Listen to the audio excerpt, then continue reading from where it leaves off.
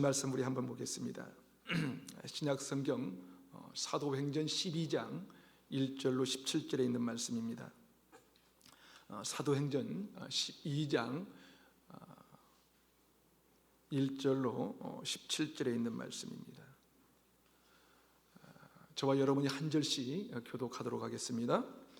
그때에 헤롯 왕이 손을 들어 교회 중에서 몇 사람을 해하려 하여 요한의 형제 야고보를 칼로 죽이니 유대인들이 이 일을 기뻐하는 것을 보고 베드로도 잡으려 할새 때는 무교절 기간이라 잡음에 옥에 가두어 군인 넷씩인 네헤페에 맡겨 지키고 유월절 후에 백성 앞에 끌어내고자 하더라. 이에 베드로는 옥에 갇혔고 교회는 그를 위하여 간절히 하나님께 기도하더라.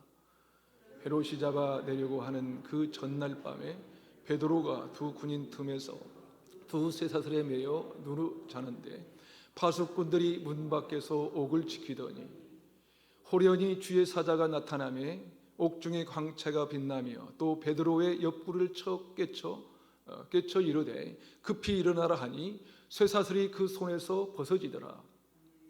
천사가 이르되 띠를 띠고 신을 신으라 하거늘 베드로가 그대로 하니 천사가 또 이르되 겉옷을 입고 따라오라 한데 베드로가 나와서 따라갈새 천사가 하는 것이 생시인 줄 알지 못하고 환상을 보는가 하니라.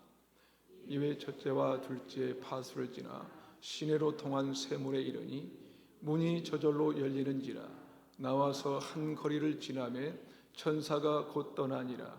이에 베드로가 정신이 들어 이르되 내가 이제야 참으로 주께서 그의 천사를 보내어 나를 헤롯의 손과 유대 백성의 모든 기대에서 벗어나게 하신 줄 알겠노라 하여 깨닫고 마가라 하는 요한의 어머니 마리아 집에 가니 여러 사람이 거기에 모여 기도하고 있더라. 베드로가 대문을 두드린데 로데라 하는 여자아이가 영접하러 나왔다가 베드로의 음성인 줄 알고 기뻐하여 문을 미처 열지 못하고 달려 들어가 말하되 베드로가 대문 밖에 섰더라 하니 그들이 말하되 내가 미쳤다 하나 여자아이는 힘써 말하되 참말이라 하니 그들이 말하되 그러면 그의 천사라 하더라. 그치지 아니하니 그들이 문을 열어 베드로를 보고 놀라는지라. 함께 읽겠습니다. 베드로가 그들에게 손짓하여 조용하게 하고 주께서 자기를 이끌어 옥에서 나오게 하던 일을 말하고 또 야고보와 형제들에게 이 말을 전하라 하고 떠나 다른 곳으로 가니라. 아멘.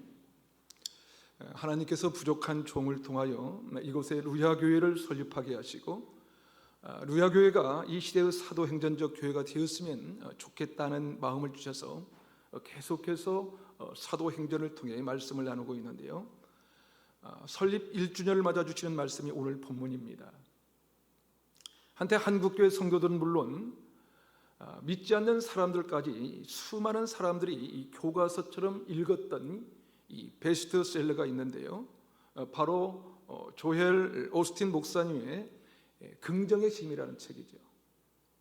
아마 여러분 중에도 웬만한 분들은 다 읽어보셨을 거예요. 거기에 보면 이 성공하는 인생을 살기 위해서는 무엇보다도 우리 마음속에 그것을 이룰 수 있다는 긍정적인 믿음을 갖고 있어야 한다고 얘기합니다.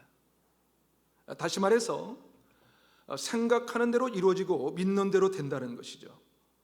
그러니까 우리가 생각하지 않고 상상하지 않기 때문에 우리에게 멋진 일이 일어나지 않는다고 말하고 있는 것입니다.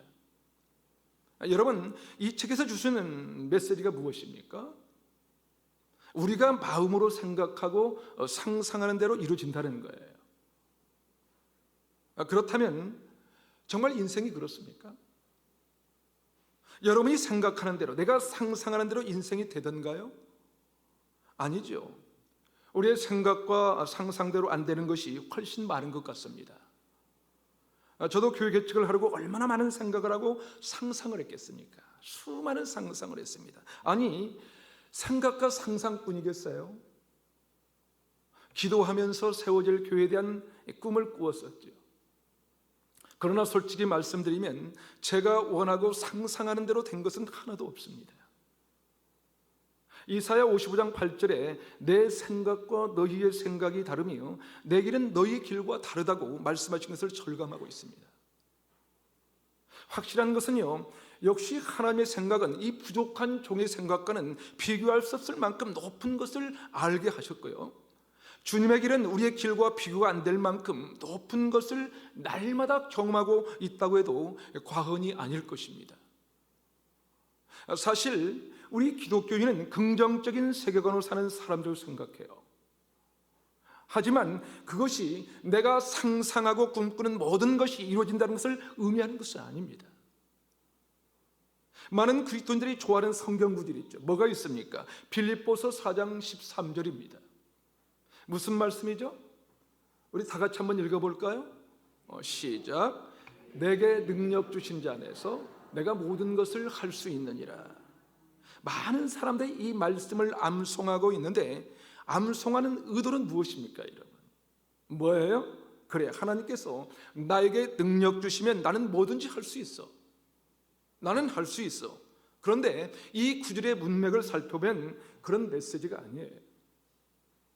빌립보서 4장 11절과 12절은 이렇게 기록합니다. 내가 궁핍함으로 말하는 것이 아니니라. 어떠한 형편이든지 나는 자족하기를 배웠노니 나는 비천에 처할 줄도 알고 풍부에 처할 줄도 알아. 모든 일, 곧 배부름과 배고픔과 풍부와 궁핍에도 처할 줄 아는 일체의 비결을 배웠노라. 그리고 그 다음 구절이 바로 내게 능력 주신 자 안에서 내가 모든 것을 할 수 있다고 말씀합니다. 무슨 말입니까? 다른 것이 아니라 나는 자족의 비결을 배웠다는 거예요. 자족의 비결. 어떤 상황에도 적응하는 능력을 가지게 되었다는 것입니다. 내가 원하는 대로 말이 이루어지는 능력을 가졌다는 뜻이 아니에요. 그것이 아니라 자족하는 비결. 다시 말해서 어떤 상황에서도 그 상황에 적응하고 만족할 수 있게 되었다는 것입니다. 전기 작가로 유명한 존 폴각은 그가 쓴 사도 바울의 책에서 빌립보서 4장 13절을 이렇게 번역했습니다. 내 안에 거하시는 분의 능력으로 나는 무슨 일이든지 겪을 준비가 되어 있습니다. 다시 한번 제가 한번 말씀드릴게요. 한번 잘 들어보세요. 내 안에 거하시는 분의 능력으로 나는 무슨 일이든 겪을 준비가 되어 있습니다 라고 쓰고 있습니다. 그렇습니다. 사도 바울에게 모든 것을 할 수 있는 능력, 그것은 내가 원하는 대로 상황을 바꿀 수 있다는 것이 아니라 어떤 상황에도 겪을 수 있는 능력이었습니다. 이것이야말로 참된 그리스도인이 가질 수 있는 능력이 아니겠습니까?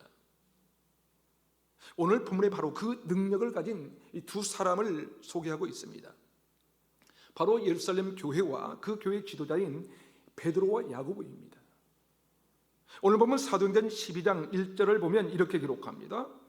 그때 헤롯 왕이 손을 들어 교회 중에서 몇 사람을 해하려 하여. 무슨 말입니까? 헤롯 왕이 예루살렘 교회 중에서 몇 사람을 죽이려고 한다는 것입니다.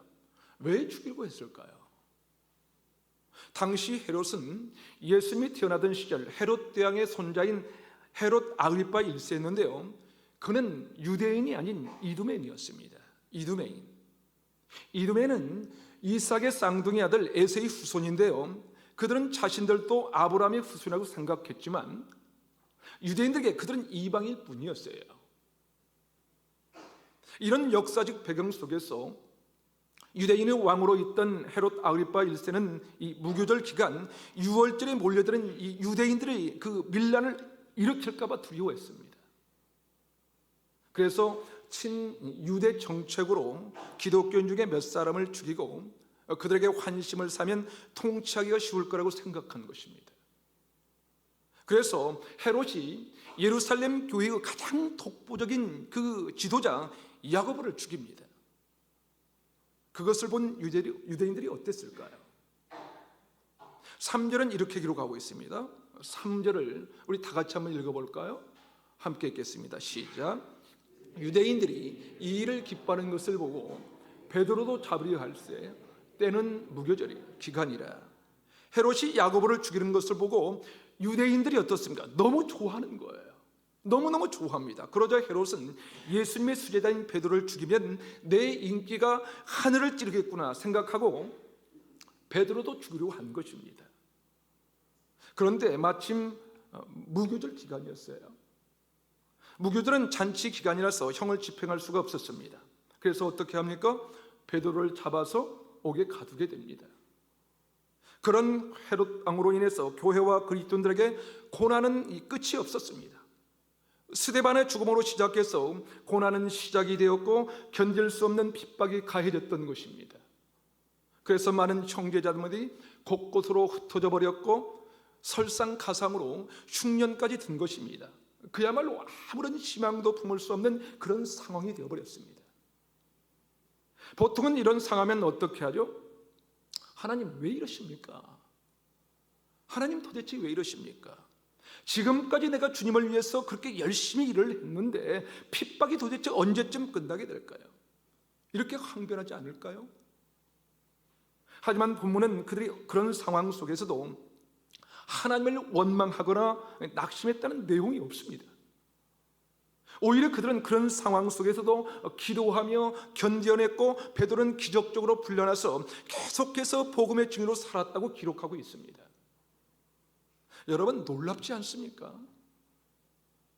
그런데 베드로가 풀려난 것이 능력이라고 말하지 않습니다. 그들은 야고보가 죽고 베드로가 잡혀가는 그런 상황 속에서도 원망하지 않았습니다. 원망하지 않고 오히려 하나님이 부르신 사명의 나라를 기쁨으로 즐길 수 있는 능력을 가졌다고 말씀하고 있어요. 그렇습니다. 그것이 바로 그리스도인의 능력입니다. 그게 바로 그리스도의 능력이에요. 그리스도의 능력은 내가 원하는 대로 상황을 바꾸는 것이 아니에요. 그게 아니라 하나님이 원하시는 대로 내 상황이 전개가 될 때, 그것이 비록 내가 기대했던 상황이 아닐지라도, 아니 너무나 견디기가 어려운 고난의 상황이라 할지라도 그런 상황 속에서도 견뎌낼 수 있는 능력인 것입니다. 그게 바로 능력인 거예요. 그것이 바로 그리스도인의 능력이에요. 그런 능력을 가진 사람에게는 불가능함이 없다는 것입니다. 자, 그렇다면 우리가 어떻게 이 불가능한 상황을 극복할 수 있는 능력을 가질 수 있을까요? 첫 번째로 하나님께 모든 일을 맡겨야 합니다. 하나님께 모든 것을 맡겨야 돼요.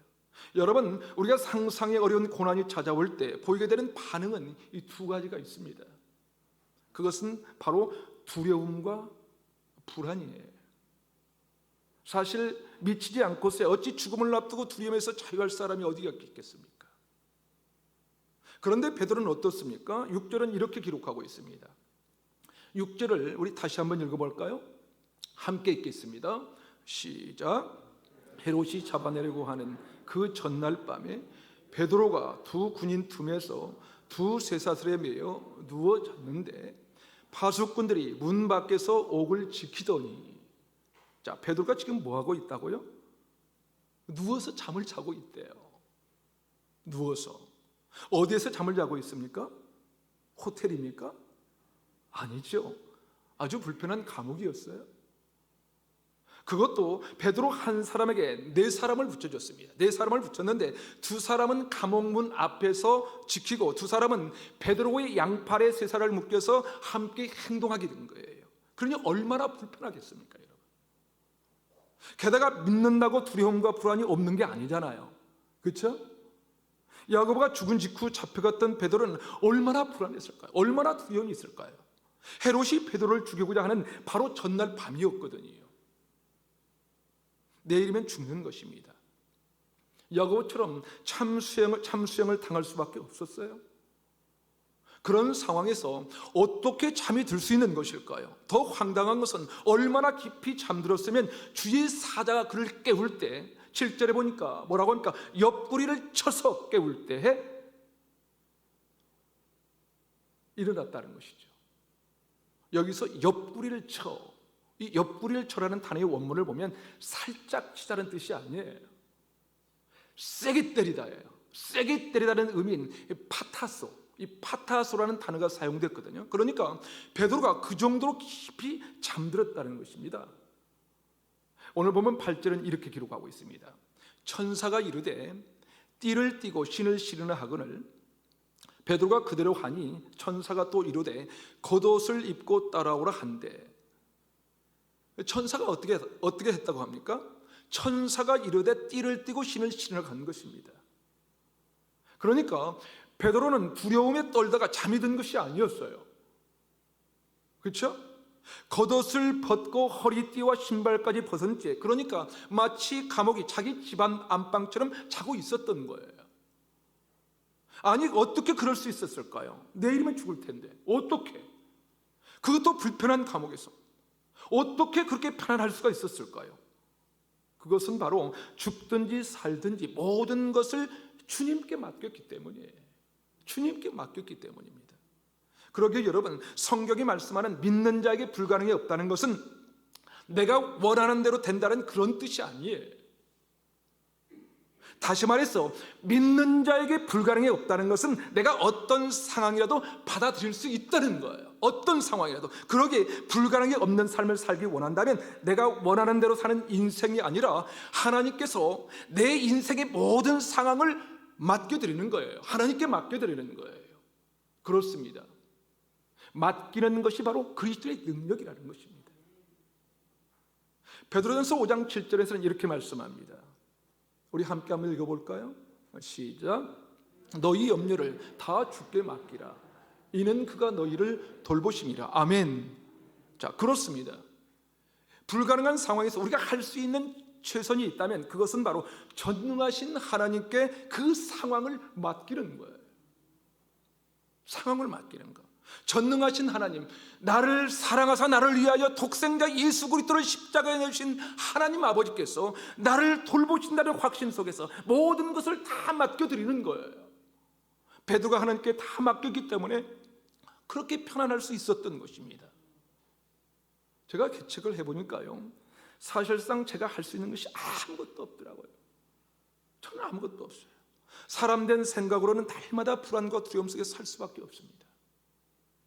솔직히 어떤 날은 자다가도 벌떡벌떡 일어나게 돼요. 벌떡벌떡. 앞이 캄캄해서 도저히 어떻게 할지 모르는 그런 날이 있습니다. 우리 부야교를 위해서 기도하며 물질로 후원하는 그 사람들의 얼굴을 생각하면 잠이 안 올 때가 있어요. 사역도 마찬가지입니다. 어디서부터 무엇을 해야 할지 막막할 때가 한두 가지가 아니었습니다. 더구나 코로나 전국이다 보니 정말 답답함은 말할 수 없고 때로는 무력함에 힘이 쭉 빠져 있을 때도 있습니다. 그럴 때마다 들려주시는 주님의 음성이 그것이었습니다. 한 목사, 네가 하려고 하지 마. 나한테 맡겨. 내가 할 테니 맡겨버려. 그리고 넌 나보다 앞서려고 하지 말고 내 뒤만 따라와. 그러면 돼. 저는 그 음성 앞에 꼬꾸라졌고 또 그렇게 주님은 한 걸음씩 앞서가시면서 그 뒤를 따르도록 인도해 주셨습니다. 그렇게 1년의 시간을 날마다 기적처럼 이끄시고 인도해 주셨어요. 사랑하는 여러분, 불가능한 상황 속에 계십니까? 고난과 역경 속에 계십니까? 그것으로 인해 불안과 염려와 두려움이 있나요? 그렇다면 맡기셔야 합니다. 맡기셔야 그 불가능한 상황 속에서 우리를 위해 일하시는 하나님의 놀라운 역사를 경험할 수가 있는 것입니다. 우리를 맡겨드림으로 불가능한 상황 속에서 우리를 위해 일하시는 하나님의 역사를 경험하는 루야 교우와 여러분의 삶이 되시기를 주님의 이름으로 축복합니다. 한 걸음 더 나가서 우리가 어떻게 불가능한 상황을 극복할 수 있는 능력을 가질 수 있을까요? 두 번째로 하나님을 신뢰하는 믿음을 더욱 견고하게 해야 합니다. 여러분, 우리가 간혹 어려운 일을 맡길 때 누구에게 맡깁니까? 여러분, 누구에게 맡겨요? 내가 가장 믿을 만한 사람에게 맡기게 되죠. 다시 말해서 신뢰가 있어야 맡길 수가 있는 것입니다. 신뢰가. 베드로가 하나님께 맡길 수 있었던 것은 하나님을 신뢰하는 견고한 믿음이 있었다는 거예요. 이 신뢰. 그런데 저는 본문을 보면서 한 가지 이상한 것을 발견하게 됩니다. 오늘 보면 1절과 2절을 다시 한번 볼까요? 1절과 2절 우리 다 같이 한번 읽어보겠습니다. 시작. 그때 헤롯 왕이 손을 들어 교회 중에서 몇 사람을 헤아려하여 요한의 형제 야고보를 칼로 죽이니. 야고보에 대해서는 최소한 간단하게만 기록하고 있는데요. 자, 여러분, 이 말씀을 보면 이런 질문이 생기지 않으십니까? 아니, 베드로는 맡기니까 기적적으로 부러졌는데, 그렇다면 야고보는 왜 죽도록 내버려 두신 것일까?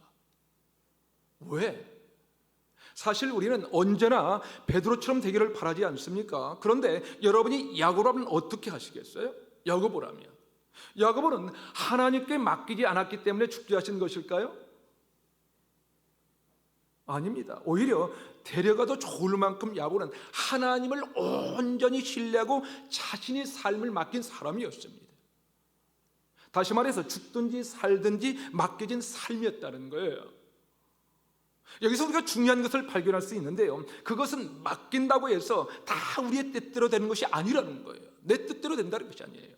오히려 맡긴다는 것은 내가 원하는 대로가 아니라 그가 원하는 대로 이루어지는 것이 최선이라는 거예요. 그런데 우리는 어떻습니까? 때로 이해할 수 없는 일을 만날 때마다 드는 생각이 그것 아닙니까? 야고보처럼 되면 안 된다고 생각하는 거예요. 그런데요, 야고보와 베드로의 운명은 달랐지만 이 둘은 공통점이 있어요.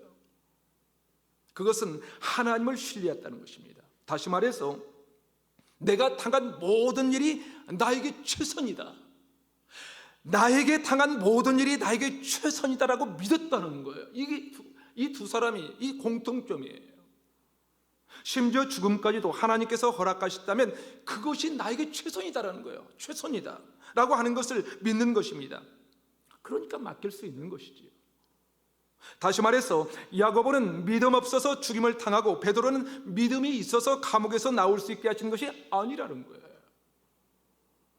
그런데 여러분, 우리가 왜 고난 가운데 절망합니까? 그것이 나에게 최선이 아니라고 생각하기 때문입니다. 다시 말해서 하나님이 나에게 허락하신 최선이라는 믿음이 없기 때문에 그렇습니다. 우리는 어떻게 생각합니까? 좋은 일이 일어나면 믿음이 좋은 거고 고난이 오면 믿음이 안 좋은 거라고 생각합니다. 그것은 믿음이라는 것을 단순히 긍정의 힘이라고 오해하기 때문에 그렇습니다. 여러분, 믿음은 긍정의 힘이 아니라 신뢰예요. 신뢰입니다. 다시 말해서 믿는 자에게 불가능이 없다는 것은 내가 원하는 대로 그것이 이루어진다는 것이 아니라 하나님이 내가 어떤 일을 행하든지 그것이 최선이다, 그것이 최선이다라는 신뢰를 가지는 거예요. 그 신뢰를 갖고 있다면 불가능이 없는 인생을 살 수가 있는 거예요. 그런데 왜 우리는 베드로처럼 하나님께 맡기지 못하는 것일까요? 그것은 하나님을 온전히 신뢰하지 않기 때문에 그렇습니다. 그렇습니다. 맡긴다는 것은 여러분 신뢰한다는 거예요. 다시 말해서 신뢰함이 있어야 맡길 수가 있다는 것입니다. 베드로가 하나님께 모든 것을 맡기고 편히 잠들 수 있었던 것은 바로 하나님을 신뢰하는 그런 믿음이 견고했기 때문에 그래요. 견고했기 때문에. 그러기에 불가능을 극복해야 하는 하나님의 역사를 경험하기 원한다면 먼저 하나님을 신뢰하는 믿음이 견고해야 됩니다. 하나님을 전적으로 신뢰하는 믿음을 가지고 있는 자만이 하나님께서 어떻게 역사하든 그것이 최선인 것을 깨달을 수 있기 때문에 그래요. 우리 뉴욕에도 그렇습니다. 지난해 코로나 상황 가운데 교회 설립 예배를 드리고 나서는 코로나가 금방 사라질 줄 알았거든요. 그래서 코로나가 잠잠해지면 전도도 열심히 하고 지역사회를 잘 섬기면 교회도 부흥하고 하나님이 허락해 주지 않을까 생각했습니다. 그러나 오히려 점점 더 어려운 상황이 되고 1년 내내 아무것도 할 수 없는 상황이 되었습니다. 한국 교회에 대한 인식은 추락할 대로 추락하고 전도지 한 장 전할 수 없는 그런 상황이 되어버렸죠. 그래서 얼마 동안은 마음이 굉장히 답답하고 불안했습니다. 엎드릴 때마다 하나님 언제까지입니까? 하나님 언제까지입니까? 우리가 무엇을 해야 하나요? 묻는 것이 제 기도였던 시간이었던 것입니다. 그러나 점점 더 제게 주시는 마음은 지금은 행동할 때기보다는 기도할 때라는 것을 인식시켜 주시더라고요. 기도로 준비하라는 거예요. 기도하라. 제가 이런 어려운 상황에서도 개척교회 현장에서 두렵지 않고 기다리면서 평안할 수 있는 것은 하나님께서 우리 루야교회를 최선으로 인도하실 것이기 때문입니다. 저는 우리 루야교회 성도들의 삶을 하나님께서 최선으로 인도하실 것을 주님의 이름으로 선포합니다. 주님의 이름으로. 오늘 여기 오신 우리 믿음의 동역자 여러분께도 하나님의 놀라운 역사를 경험하기 원한다면 어떤 상황에서도 하나님을 신뢰하는 견고한 믿음을 가져야 합니다. 그런 신뢰하는 믿음 가지고 모든 상황 가운데 승리하는 그리스도의 삶이 되시기를 주님의 이름으로 축원합니다. 마지막으로 우리가 어떻게 불가능한 상황을 극복할 수 있는 능력을 가질 수 있을까요? 세 번째로 하나님의 눈을 갖게 해달라고 기도해야 합니다. 오늘 본문 5절을 다 같이 한번 읽어보겠습니다. 5절 시작. 이에 베드로는 옥에 갇혔고 교회는 그를 위하여 간절히 하나님께 기도하더라. 예루살렘 교회 성도들은 기도했습니다. 왜냐하면 예루살렘 교회 지도자 중에 야고보는 죽고 베드로도 끌려갔습니다. 다행히 무교절 기간이라 베드로는 바로 참수되지 않았지만 절기가 끝나면 바로 베드로도 참수당할 수밖에 없는 상황이었습니다. 그런 상황에서 예루살렘 교회는 간절히 하나님께 기도했다고 합니다. 그렇다면 이 사람들이 무슨 기도를 드렸을까요? 어떤 기도를? 저는 처음에 성도들이 베드로가 참수되지 않고 풀려날 수 있도록 기도할 것이라고 생각했습니다. 그런데 아니었습니다. 본문 15절을 한번 보실까요? 본문 15절. 자, 함께 읽겠습니다. 시작. 그들이 말하되 내가 미쳤다 하나 여자아이는 심서 말하되 참말이라 하니 그들이 말하되 그러면 그의 천사라 하더라. 지금 이 말씀이 어떤 상황에서 쓰여진 것입니까? 12절에 보니까 기적적으로 풀려난 베드로가 마가라는 요한의 어머니 마리아 집으로 갔습니다. 거기는 성도들이 모여서 잡혀간 베드로를 위해서 기도하고 있었습니다. 그때 로데라는 여자아이가 문드리는 소리에 문을 열려 나왔다가 베드로의 음성인 줄 알고 기뻐서 문을 미처 열지도 못한 상태에서 들어가게 됩니다. 들어가서 성도에게 베드로가 대문 밖에 왔다는 소식을 전하지요. 그러자 나타난 반응이 바로 15절 말씀이지요. 그 반응이 무엇입니까? 베드로가 왔다는 것을 믿을 수 없다는 것이었어요. 믿지 못하겠다는 거예요. 여러분 한번 생각해 보세요. 만약 그들이 베드로가 풀려나기를 기도했다면 베드로가 왔다는 소식에 어떤 반응을 보였을까요, 여러분? 할렐루야, 드디어 주님이 우리의 기도에 응답하셨군 하지 않겠어요? 그런데 아무도 안 믿는 거예요. 무슨 말입니까? 이게?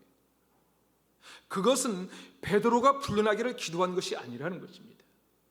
사도행전 4장에도 보면 비슷한 상황이 나오는데요. 사도행전 4장 29절과 30절 한번 같이 한번 읽어볼까요? 함께 읽겠습니다. 시작. 주여 이제도 그들의 위협함을 굽어보시고 또 종들로 하여금 담대히 하나님의 말씀을 전하게 하여 주시오며 손을 내밀어 병을 낫게 하시옵고 표적과 기사가 거룩한 종 예수의 이름으로 이루어지게 하옵소서 하더라. 당시 베드로와 요한이 성전 미문에서 구걸하던 이 선청성 하반신 그 장애인을 예수의 이름으로 일으키면서 사람들에게 복음을 전합니다. 복음을 전하자 믿는 사람들이 달마다 더했습니다. 그러자 유대교 지도자들이 그들을 투옥합니다. 복음을 전하지 못하도록 이업한 후 풀어주었습니다. 베드로와 요한은 성도들에게 자초지경을 설명하고 어떻게 기도했어요? 포기하지 않고 복음을 담대하게 전하게 해달라고 기도한 거예요. 자, 주님 할 수 있다면 이 위협함과 고난을 거둬주십시오. 그러나 우리가 어떤 고난과 어떤 상황에도 포기하지 않고 이 복음을 끝까지 전할 수 있도록 도와주십시오 하는 기도였습니다. 그렇다면 마가의 어머니 집에 모여 베드로를 위해 기도했던 그들은 무엇을 위해 간절히 기도했을까요? 분명히 위협함을 위해서 기도했을 거예요. 그러나 그들의 궁극적인 기도는 목숨이 이태한 절제절명의 순간에도 흔들림이 없이 야고보처럼 담대하게 그 상황을 받아들이고 끝까지 복음을 전하다가 순교할 수 있기를 기도했을 것입니다. 그들은 야고보가 순교했을 때도 기도했습니다. 그리고 베드로가 잡혀갔을 때도 기도했어요. 기도하되 고난이 올수록 어려움이 올수록 포기하지 않고 계속해서 복음을 전할 수 있기를 위해서 간절히 기도했습니다. 그 기도를 통해 주님의 주권적인 역사로 베드로는 살려주셨어요. 베드로가 누구입니까? 부활하신 예수님께서 내 양을 먹이라고 사명 주신 이 베드로입니다.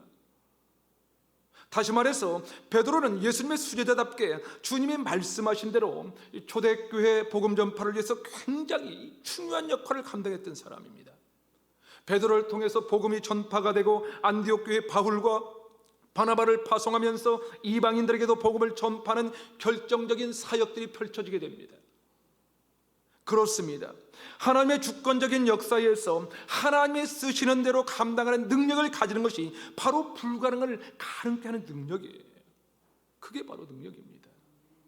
저는 우리 루야교회가 그런 교회 되기를 갈망하며 기도합니다.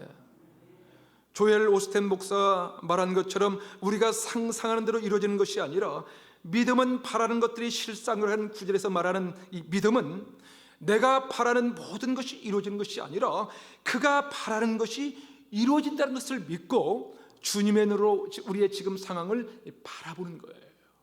주님의 눈으로. 저는 믿는 자에게는 불가능이 없다는 것을 믿습니다. 그렇습니다. 믿는 자에게는 불가능이 없습니다. 여러분, 그런데 이게 무슨 말이라고요? 믿는 자에게는 받아들이지 못할 상황이 없다는 거예요. 아멘이십니까? 모든 것을 받아들여야 된다는 거예요.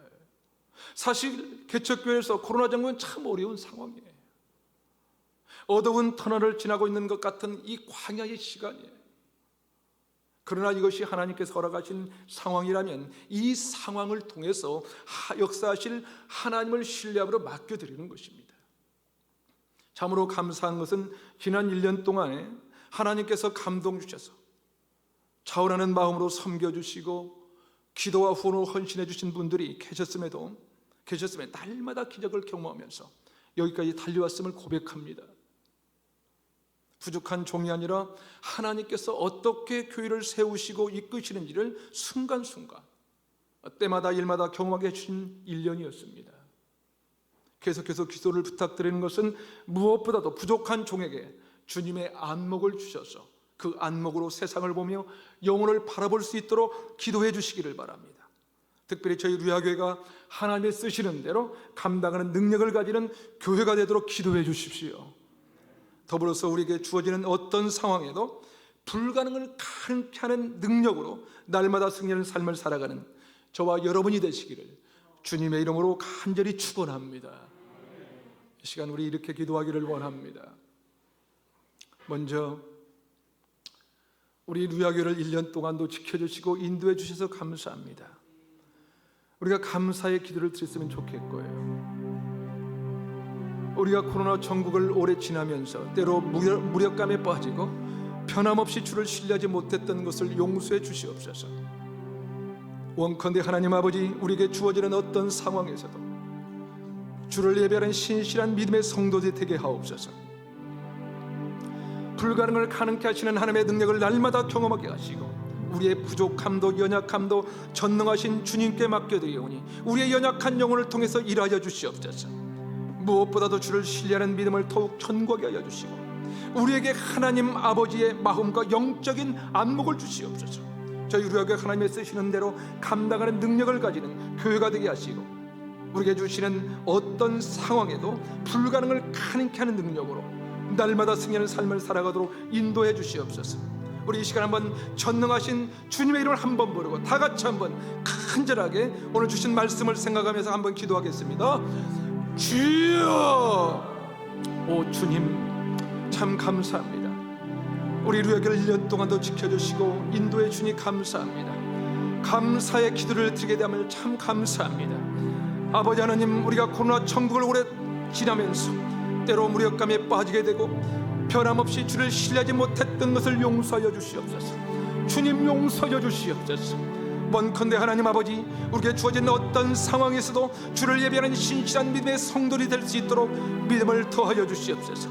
하나님, 불가능을 가능케 하시는 하나님의 능력을 날마다 경험케 하여 주시옵시고, 우리의 부족함도 연약함도 전능하신 주님께 맡겨드리오니 우리의 연약한 영혼을 통하여 일하며 주님 영광 받아 주시옵기만을 기도하고 원합니다. 아버지 하나님, 무엇보다 주를 신뢰하는 믿음을 더욱 견고케 하여 주시옵시고, 우리에게 하나님 아버지의 마음과 영적인 난목을 허락하여 주시옵소서. 영적인 난목을 허락하여 주시옵소서. 하나님, 저희 루아교회가 하나님의 쓰시는 대로 감당하는 능력을 가진 교회가 될 수 있도록 도와주시고, 우리에게 주어지는 어떤 상황에도 불가능을 가능케 하는 능력으로 날마다 승리하는 삶을 살도록 인도하시고 이끌어 주시옵기만을 기도하고 원하오니 하나님 도와주시옵소서. 오 주여 도와주시옵소서. 주님 도와주시옵소서. 하나님 도와주옵소서. 하나님 아버지, 지난 1년 동안 우리 루아교를 은혜로 이끄시고 온전하신 주의 상으로 인도하셨음에 감사합니다. 여기까지 인도하신 에베네셀의 하나님, 앞으로 우리 루아교회 공동체의 모든 사역과 사역 가운데 주의 영을 부어주시옵소서. 무엇보다도 주를 신뢰하는 믿음 가지고 둯대를 향하여 전진하게 하시며 주님 뒤만 따르는 교회 성도들이 되도록 우리를 붙들어 주시옵소서. 모든 상황 속에서 주를 찬송하며 예배하게 하시고 무엇보다도 주님을 닮아가는 루아 교회와 믿음의 공동체가 되게 하여 주시옵소서. 하나님 아버지, 오늘 이곳에 하나님의 나라를 확장하는 일에 열심과 열정을 품고 달려온 주의 백성들을 축복하시되 저들의 헌신과 섬김이 마중물되어 루아 교회가 든든히 서가게 하여 주시옵시고, 마음껏 주의 복음, 주의 사랑을 펴 올려드리며 생명을 살리고 영혼을 세우는 일에 쓰임받도록 인도하시고 역사하여 주시옵소서. 모든 영광과 존귀와 찬양을 주께 드리며 우리의 주권자 되시는 예수님의 이름으로 간절히 기도하옵나이다. 아멘.